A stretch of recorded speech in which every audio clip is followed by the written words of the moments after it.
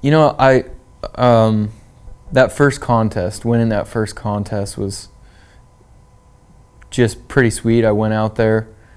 I was really young, and I was like, these guys are just doing the same tricks I'm doing, and I'm not really going to stand out. And our brother's like, well, just think of something different than they're not doing and that nobody does and do it. And I'm like, all right, well, I think I can land backwards. And I went there and ended up winning it. You know, that was when I did that Frisbee air for the very first time, where I land backwards on my snowmobile and ride out backwards. And it ended up turning into quite a big deal. I mean, ESPN was out there covering the snowcross event, and they interviewed me and talked about what I did and all this jazz. So it was really funny. But I mean, it wasn't, I started competing that day, going pro, but I mean, back then the sport was so small that I think I won like $300, and I gave it to my dad for fuel money in the hotel, and then after that he was just all about it. You know, he's like, well, obviously this is what he loves to do, and he doesn't really care about that. He just wants to go do these. So like started doing like demos, and they'd made some smaller contests later that year. In Rexburg, I think I went and did. I ended up breaking my jaw racing snowcross. I broke my jaw, so I went and did this show in Rexburg. They wouldn't let me race with a wired jaw shut, so I went and did this demo in Rexburg. And I remember the first two jumps, it was the first time I ever jumped a steel ramp. First two jumps I crashed. I had a broken jaw.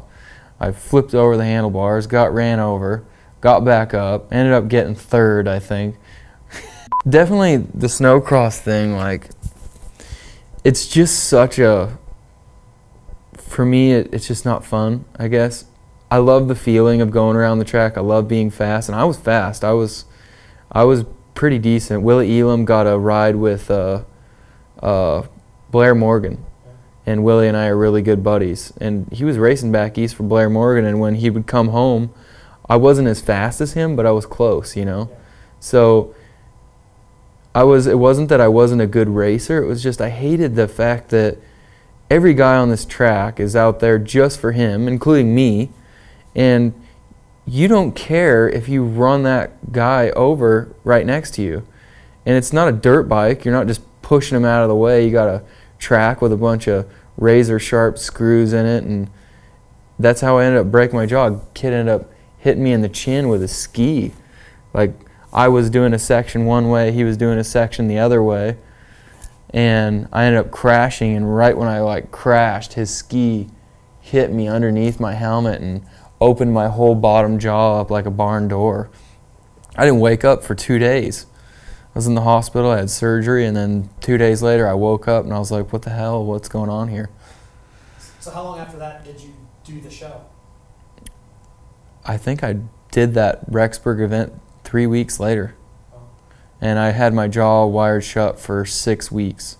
And then, I don't even think it was 3 weeks, I bet it was just a couple weeks later.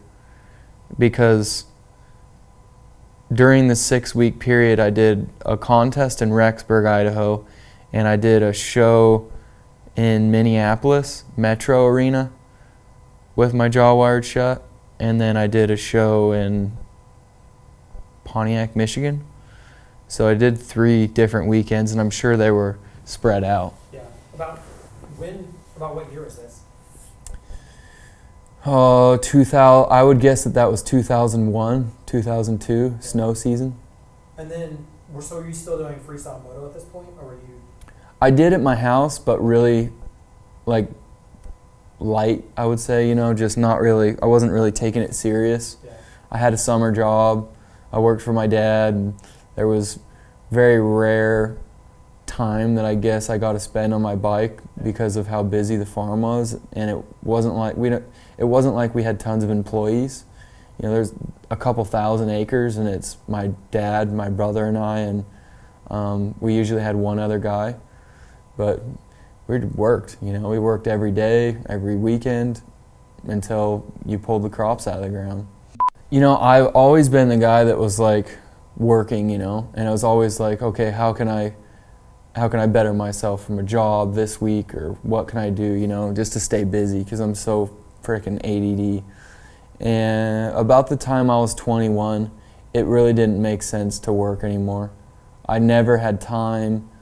I wanted to be, and it wasn't actually the snowmobile deal that made me not want to work. It was the fact that I wanted to do the bike thing, and I honestly thought at that point in time, if I stopped working in the summertime and I trained hard enough in Montana with Keith Sayers, my buddy, that I could do it professionally and not only do shows, but I thought that I could be good enough to compete, because at that point I was the best in the world on a snowmobile, hands down.